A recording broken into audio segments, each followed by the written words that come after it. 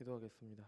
참 좋으신 하나님 감사합니다. 오늘도 거룩한 주님의 날 허락하셔서 주의 공예배를 하나님께 영광 돌리고 이 시간 교리 교육으로 모였습니다. 주님, 저희들이 오늘부터는 교회에 대해서 같이 나눌 것입니다. 이 시간 통해서 하나님께서 피로 값주고 사신 교회에 대해서 우리가 그 교회가 어떠한 곳이고 그 교회를 어떻게 대해야 될 것이고 그 교회를 어떻게 생각해야 되는지에 대해서 같이 배워가는 시간 될 수 있도록 인도하여 주옵소서. 하나님께서 그리스도의 몸된 교회를, 그리스도의 신부된 교회를 더욱더 사랑하고 더욱더 아끼는 저희들이 될 수 있도록 인도하여 주옵소서.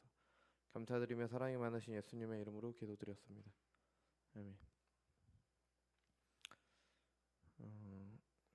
웨스트민스터 신앙고백서는 총 33장으로 이루어졌습니다. 그래서 오늘은 25장 하니까요, 이제 한 8장, 9장 정도가 남았습니다. 다는 신앙고백서나 요리문답도 정리가 잘 되어 있지만 신앙 전반에 대해서 참 정리를 잘 해놓은 것 같습니다. 그래서 양도 굉장히 많고 전체적으로 어떤 내용인지 우리의 신앙이 어떠해야 되는지에 대해서도 잘 이야기를 해주는 것 같습니다. 그래서 무엇을 믿어야 되는지, 그 믿음대로 사는 게 무엇인지 대해서 상당히 자세한 부분까지 잘 알려줍니다. 그래서 오늘부터는 25장인 교회에 대해서 살피겠습니다. 이거 교회에 대한 것도 이미 2년 전에 한 3달 정도에 걸쳐서 함께 나눈 적이 있습니다. 그때 내용을 기억하시면 거의 같습니다. 교회에 대해 살펴보기 전에 우리 시대의 교회에 대한 부정적인 생각을 먼저 정리할 필요가 있습니다. 그러니까 한국 교회에 많은 문제가 있다는 것은 이미 대부분의 사람들이 잘 알고 있습니다. 실제 교회에 문제가 있습니다. 목회자들끼리는 더 잘 알죠. 그 안에서는 정말 있어서는 안 되는 그런 일들이 벌어지기도 합니다. 그런 잘못이 있다면 고쳐야죠. 하지만 어떤 경우에는 교회를 무너뜨리려는 사람이 있지 않을까 싶을 정도의 그런 일들이 있습니다. 그러니까 교회를 비난하는 게 사랑의 매가 아니라 교회를 박살내려는 그런 목적을 가진 사람들이 있는 것처럼 보여요. 말로는 교회를 깨끗하게 한다 그런 말을 하지만 그냥 교회 자체를 무너뜨리려고 하는 경우가 있는 것 같습니다. 신천지나 하나님의 교회와 같은 이단들은 당연히 물고 뜯고 난리가 나겠죠. 일부 인터넷 언론사들이나 늦게 시작한 방송국들은 자극적인 주제가 필요하기 때문에 아니면 교회를 나쁘게 봐서 그런지 교회를 무너뜨리려 한다는 느낌을 받는 경우가 있습니다. 교회가 잘못되었고 고쳐야 합니다. 종교개혁자들은 개혁된 교회는 계속 개혁되어야 된다고 말을 했습니다. 그러니까 이따 나오겠지만 교회는 신자들의 모임이지만 여전히 죄가 있는 사람들의 죄인들의 모임입니다. 그 사람들이 모이니까 완벽할 수 없어요.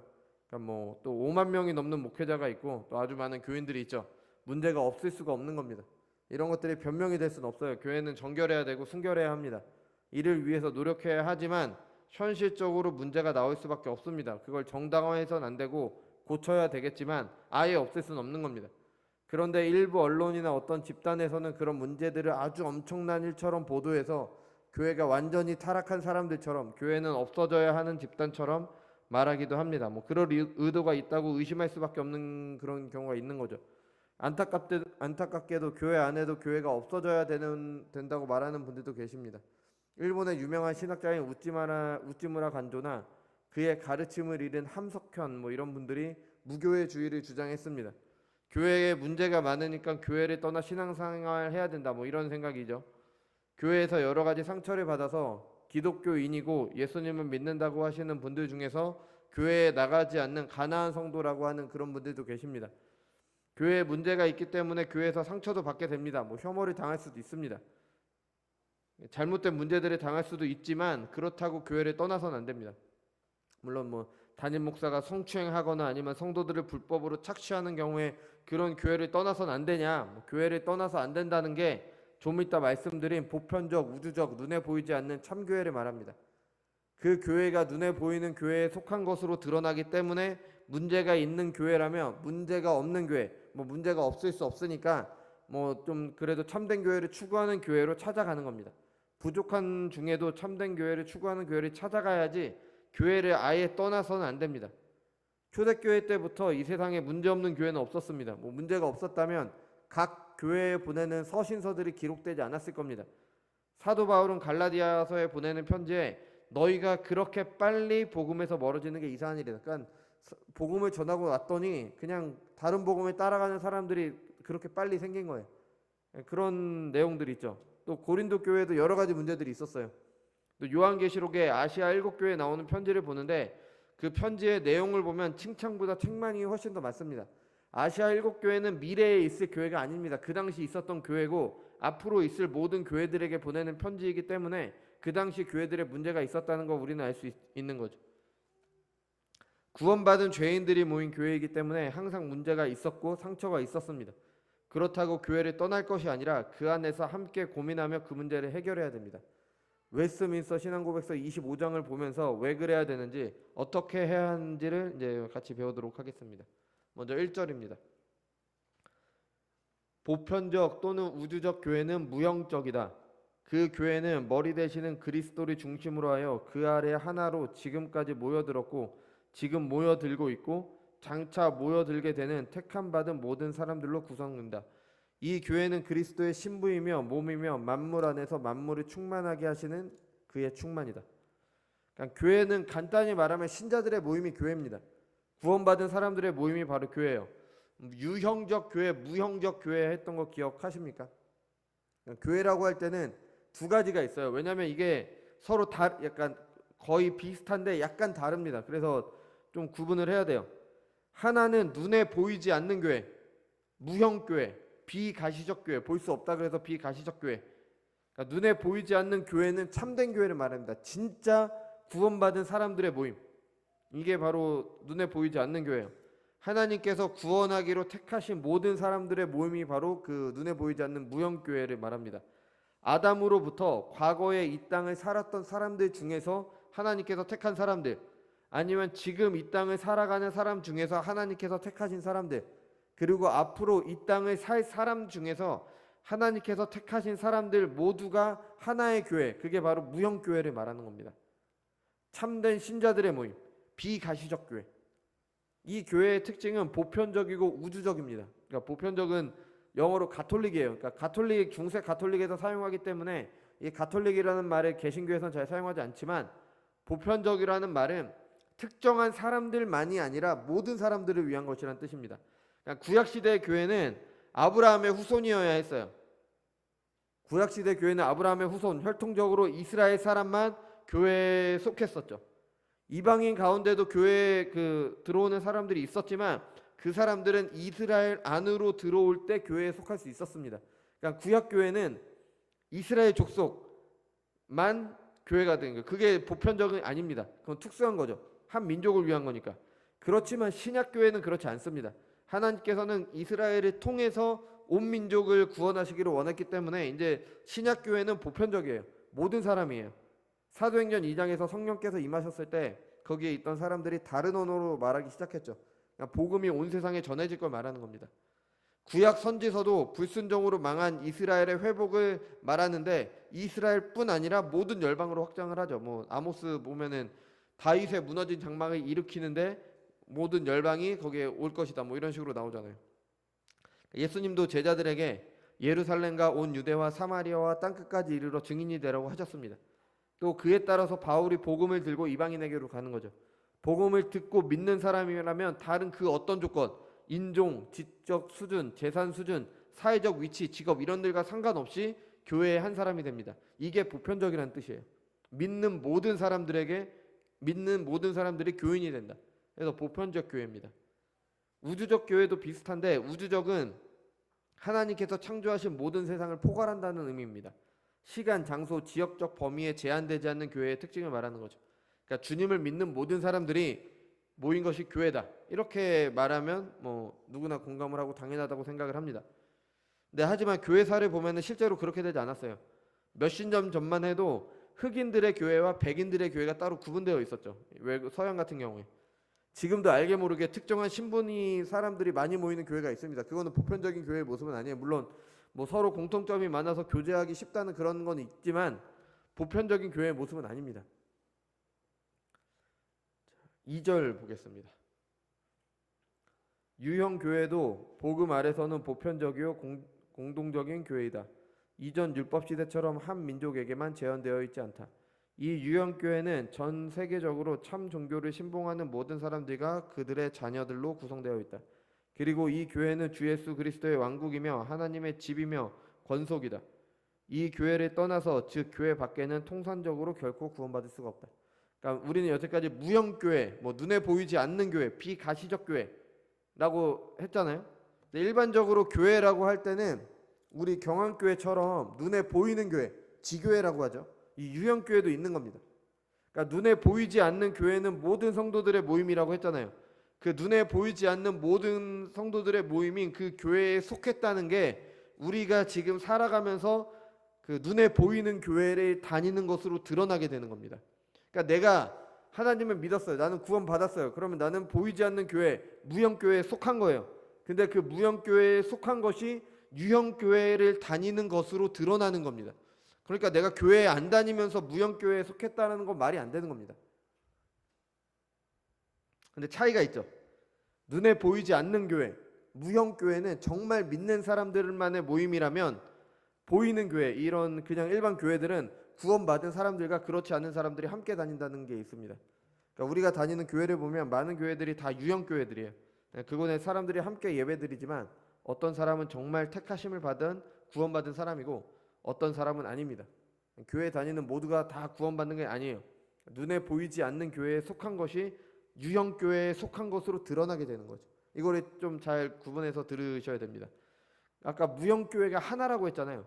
그게 드러나는 유형교회도 당연히 하나여야 되는 거예요. 보편적이어야 됩니다. 주님을 믿는 모든 사람들이라면 이 일반적으로 교회에 나가는데 아무런 그런 거리낌이 없어야 돼요. 제약이 없어야 됩니다. 하지만 뭐 말씀드린 것처럼 과거에는 계속 있어 왔죠. 뭐 지금은 아니지만 과거에 네덜란드에는 개혁 신학이 굉장히 발달했습니다. 그래서 개혁 교회들이 많았어요. 그래서 뭐 학교 교수님들 가운데 네덜란드로 유학 다녀오신 분들이 굉장히 많습니다. 예전에 화란이라고 했죠. 근데 그 개혁 교회들이 남아공으로 많이 갔어요. 그러면서 남아프리카 공화국에서도 신학교가 좀 발전을 했습니다. 그래서 그쪽으로 유학 가기도 하는데, 그럼에도 그 나라에는 백인과 흑인에 대한 차별이 여전했습니다. 그리고 그게 교회에도 영향을 줬었어요. 그러니까 좀 잘못된 모습이죠. 교회에서도 그러는 건 좀 문제가 있는 겁니다. 말씀드린 것처럼 우리나라도 예전에는 양반들이 다니는 교회, 뭐 평민들이 다니는 교회가 따로 있었잖아요. 그죠? 그러니까 어떻게 그럴 수 있냐고 말할 수 있겠지만 지금도 알게 모르게 교회에서 그런 일이 있습니다. 좀 이건 굉장히 우리가 좀 주의해야 됩니다. 에베소서 2장 14절입니다. 그는 우리의 화평이신지라 둘로 하나를 만드사 원수된 것 곧 중간에 막힌 담을 자기 육체로 허시고, 15절, 법조문으로 된 계명의 율법을 폐하셨으니 이는 이 둘로 자기 안에서 한 세 사람을 지어 화평하게 하시고. 아멘.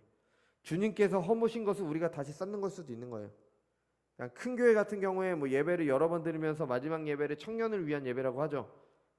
근데 뭐 어떤 필요에 따라서 그렇게 했겠지만 예배는 원칙적으로 모든 사람이 함께 참여하는 겁니다.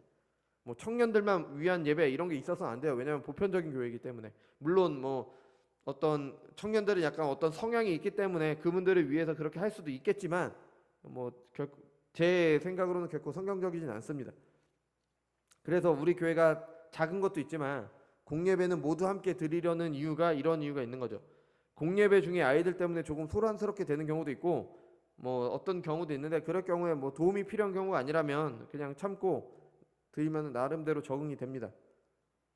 그러니까 눈에 보이지 않는 교회, 무형교회가 하나이듯이 그것이 현재 나타나는 형태인 유형교회도 하나여야 됩니다. 그러니까 그 말의 의미는 우리 교회랑 옆에 있는 교회랑 하나라는 겁니다. 그러니까 현대교회의 문제 가운데 하나가, 뭐 우리 주변에서는 쉽게 찾아볼 수는 없지만 뭐 들리는 얘기로는 교인을 서로 뺏는 그런 게 있잖아요. 그거는 서로 하나라는 의식이 없는 겁니다. 이 교회랑 네 교회 내 교회가 되니까 그렇게 되는 거죠. 근데 교회는 모두 하나입니다. 그리스도의 몸은 하나입니다. 그리스도의 몸이 여러 개일 수가 없는 거죠. 근데 교회가 하나이기 위해서 가장 중요한 것은 뭐냐? 교회의 계시에 대한 생각이 하나여야 되는 거예요. 그러니까 신학이 같아야 됩니다. 같은 믿음을 가지고 있어야 돼요. 그러니까 종교 통합이니 교단 통합이니가 절대 될 수 없는 이유가 서로 다른 것을 믿는데 하나가 될 수 없습니다. 그러니까 좀 지역적인 문제, 사소한 것들은 좀 다를 수가 있어도 뭐 구원론이나 이런 것들은 하나가 돼야 되는데 안 그러니까. 그렇다고 뭐 연합한다고 하더라도 그게 눈 가리고 아웅이지 진짜 하나가 될 수는 없습니다. 그냥 그런 얘기를 안 하는 거지 진짜 하나가 된 건 아니죠. 그러니까 보편적인 교회를 이루기 위해서는 각 교회들이 모든 사람들에게 복음이 허락되었음도 기억해야 되지만 같은 믿음을 가져야 하나가 될 수 있다는 걸 기억하는 거죠. 그러니까 다시 말해서 우리 교회에서 배운 계시랑 다른 교회에서 배운 하나님의 말씀이 서로 달라서는 안 되는 거예요. 하다못해 학교 아이들의 진도도 학교마다 다르지가 않잖아요. 다 같은 책으로 배우잖아요. 그러니까 뭐 시골에 있는 학교에서 배우던 서울에 있는 학교에서 배우던 다 같은 내용을 배우잖아요. 그래야지 우리나라 교육과정에 있는 학생이 되죠. 그러니까 교회도 마찬가지인 겁니다. 교회가 하나라는 건 같은 걸 믿고 같은 걸 배워야 되는 거죠. 그러니까 말로 하나 돼야 한다고 할 것이 아니라 같은 믿음을 가져야 되는 겁니다.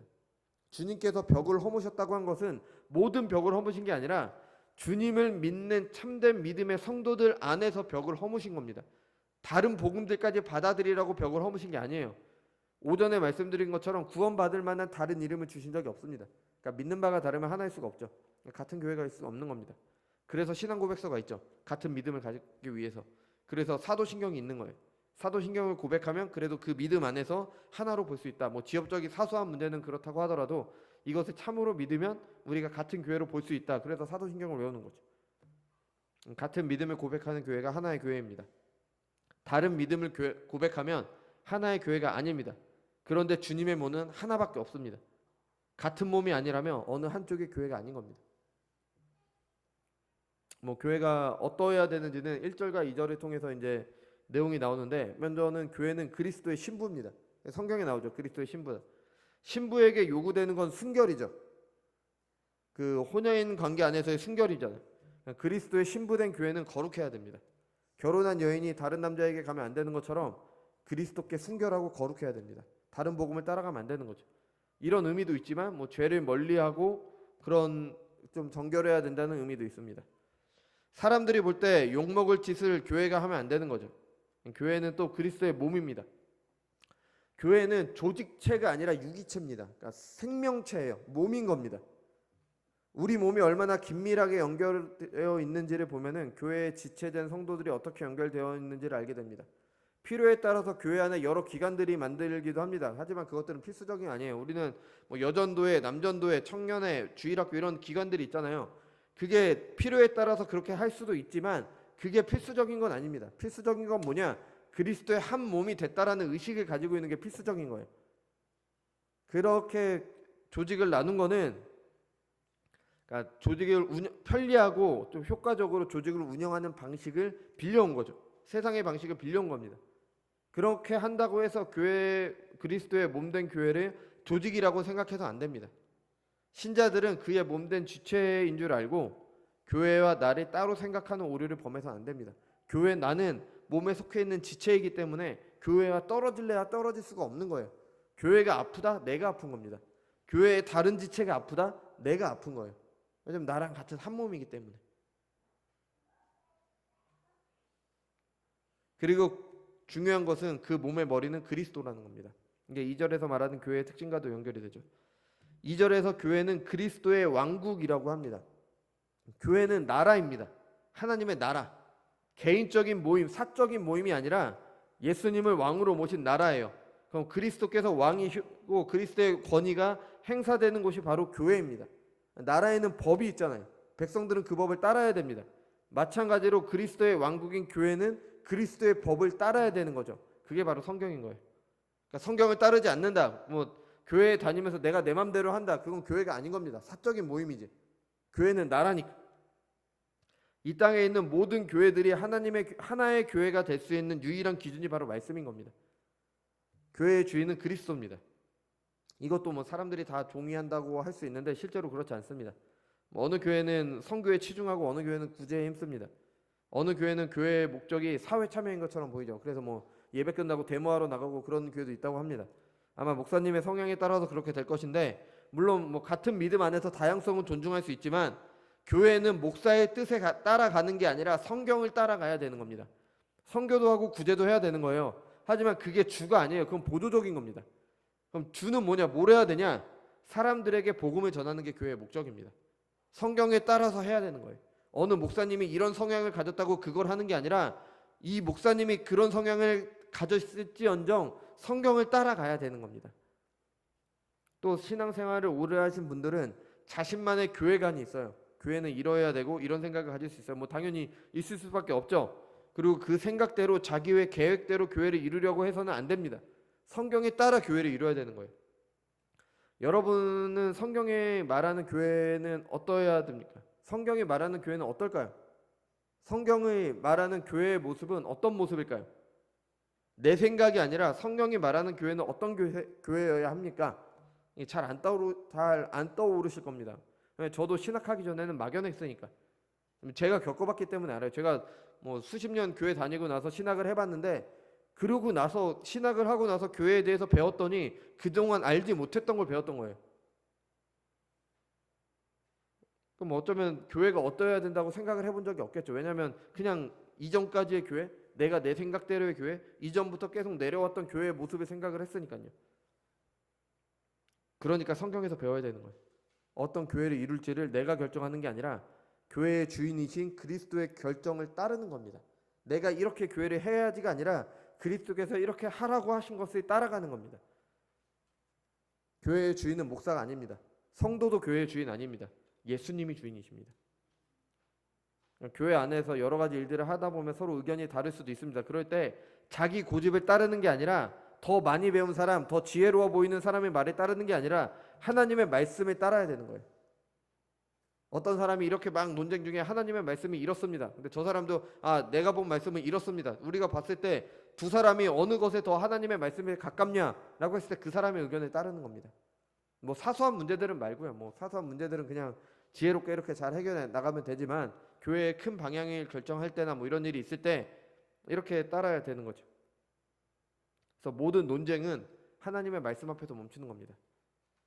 하나님의 말씀이 법이기 때문에, 하나님의 말씀이 이렇습니다 하면 모두 다 그냥 끝나는 겁니다. 어떨 때는 내가 그걸 몰랐기 때문에 창피할 때도 있을 거예요. 하나님의 말씀이 그렇다고 하면은 그렇게 따라야 되는 겁니다. 또 교회는 그리스도께서 충만하게 거하시는 공동체입니다. 그리스도의 성품이 교회의 모든 지체를 통해 잘 드러날 때 그리스도께서 충만히 거하신다고 할 수가 있는 겁니다. 신앙고백서는 교회 밖에 구원이 없다고 이야기를 합니다. 그러니까 교회 밖에 구원은 없습니다. 예수님께서 천국 열쇠를 교회에게 맡기셨어요. 그러니까 뭐 교회가 천국 가도록 승인해 준다는 이야기가 아니라 천국 열쇠인 말씀, 기도, 성례를 교회에 맡기셨습니다. 이런 것들이 교회에서 이루어지기 때문에 교회가 천국 열쇠를 가진 거죠. 특수한 경우도 있습니다. 뭐 여기 아까 말했듯이 통상적인 경우를 얘기하는 거지, 특수한 경우는 정말 특수한 거, 뭐 어떤 사람에게 특수한 일이 생기는 그런 게 아니라 태어나자마자 죽는 아이들, 아니면 교회에 나올 형편이 안 되는 사람들, 뭐 그럴 경우에 좀 다를 수 있습니다. 하지만 일반적인 경우에 교회 밖에 구원은 없습니다.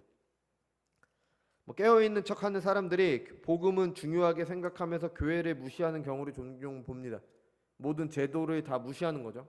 잘못된 사상에서 나온 건데, 하나님께서는 모든 곳에 계신다. 어떻게 교회만 구원이 있느냐? 하나님께서 모든 곳에 계시지만 이스라엘과 함께 하실 때 성막과 성전에서 함께 하셨습니다. 뭐 하나님께서 왜 이스라엘에게 성막에서 제사 드리고 성전을 지으라고 하셨을까요? 하나님이 거기에 진짜 거하시지 않습니다. 그들과 함께 하신다는 상징이 바로 그건 거예요. 하나님은 모든 곳에 계시기 때문에. 지금도 마찬가지입니다.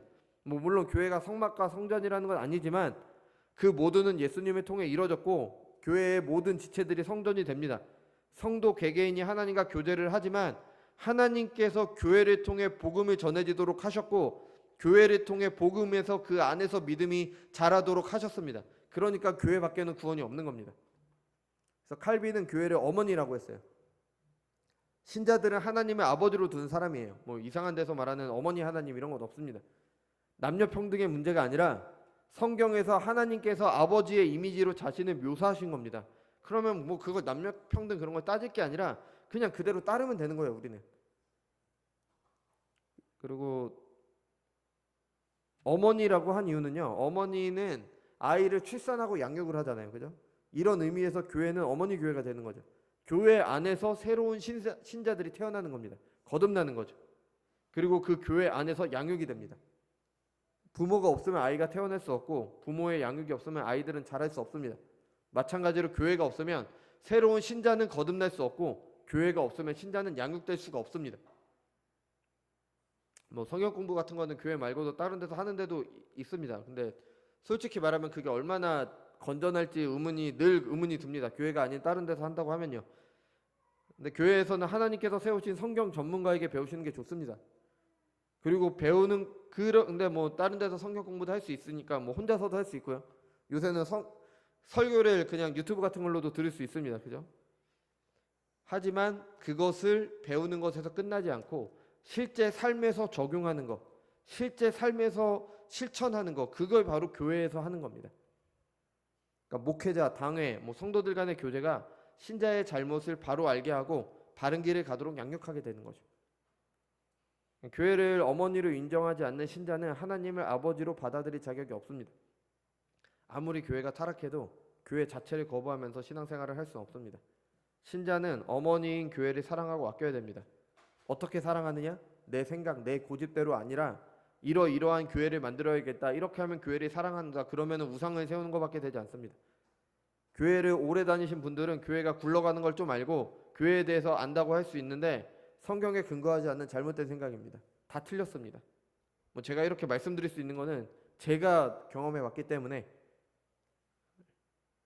교회에 대한 성경의 가르침을 배우면 제가 하나도 몰랐다는 걸 알게 됩니다. 자신의 경험에 기초한 교회, 보통 사람들의 눈으로 봤을 때 괜찮은 교회, 다른 교회들이 다 이렇게 하니까 그걸 따르는 교회, 그건 하나님의 뜻이 아닙니다. 마태복음 16장 18절입니다. 또 내가 내게 이르노니 너는 베드로라. 내가 이 반석 위에 내 교회를 세우리니 음부의 권세가 이기지 못하리라. 아멘. 예수님께서 사도의 반석 위에 주님의 교회, 내 교회, 예수님의 교회를 세우신다고 했습니다. 우리들의 교회, 사람의 교회가 아니라 주님의 교회입니다. 목사의 교회가 아니라 성도들의 교회가 아니라 주님의 교회입니다. 철저하게 하나님의 방식으로 이루어가야 되죠. 그럴 때 그 안에서 새로운 신자들이 거듭나고 기존 신자들은 양육되어 가게 됩니다. 교회를 무시하고 교회를 사랑하지 않는 신자는 있을 수 없습니다. 그런 사람들에게는 구원이 허락되지 않습니다. 교회에 대한 가르침은 목회자만 알면 되지 않습니다. 각 지체된 모든 성도들이 교회가 어떤 곳인 줄 알고 함께 참된 교회를 이루어가야 됩니다. 하나님께서 우리를 불쌍히 여기셔서 우리가 이런 교회를 이루어가는 교회가 되길 바랍니다. 기도하겠습니다. 주님 감사드립니다. 오늘은 교회에 대해서 같이 살펴봤습니다. 주님께서 피로 값주고 사신 교회, 그리스도의 몸된 교회, 그리스도의 신부된 교회, 하나님께서 사랑하시는 교회를 우리가 그동안 어떻게 생각했는지 돌아볼 수 있도록 인도하여 주옵소서. 우리가 교회를 사랑한다고 하면서도 우리 안에 내 생각대로의 교회, 내가 그동안 꿈꿔왔던 교회, 그런 교회들을 이루려고 했다면 우리의 부족함을 용서하시고 하나님의 말씀대로 주님께서 주님의 교회를 세우셨기 때문에 하나님의 말씀대로 그 하나님의 나라라는 교회의 법을 따라서 하나님의 말씀에 따라서 성경을 따라서 참된 교회를 이루어가는 저희들이 될 수 있도록 인도하여 주옵소서. 주님, 우리는 어리석고 무지하고 부족합니다. 그래서 우리는 잘못 갈 수밖에 없습니다. 우리를 불쌍히 여기셔서 부족하지만 참된 교회를 추구할 수 있도록 인도하여 주옵소서. 감사드리며 사랑이 많으신 예수님의 이름으로 기도드렸습니다. 주기도문으로 마치겠습니다. 하늘에 계신 우리 아버지여, 이름이 거룩히 여김을 받으시오며 나라에 임하옵시며 뜻이 하늘에서 이룬 것 같이 땅에서도 이루어지이다. 오늘날 우리에게 일용할 양식을 주옵시고 우리가 우리에게 죄진 자를 사하여 준 것 같이 우리의 죄를 사하여 주옵시고 우리를 시험에 들게 하지 마옵시고 다만 악에서 구하옵소서. 대개 나라와 권세와 영광이 아버지께 영원히 있사옵나이다. 아멘.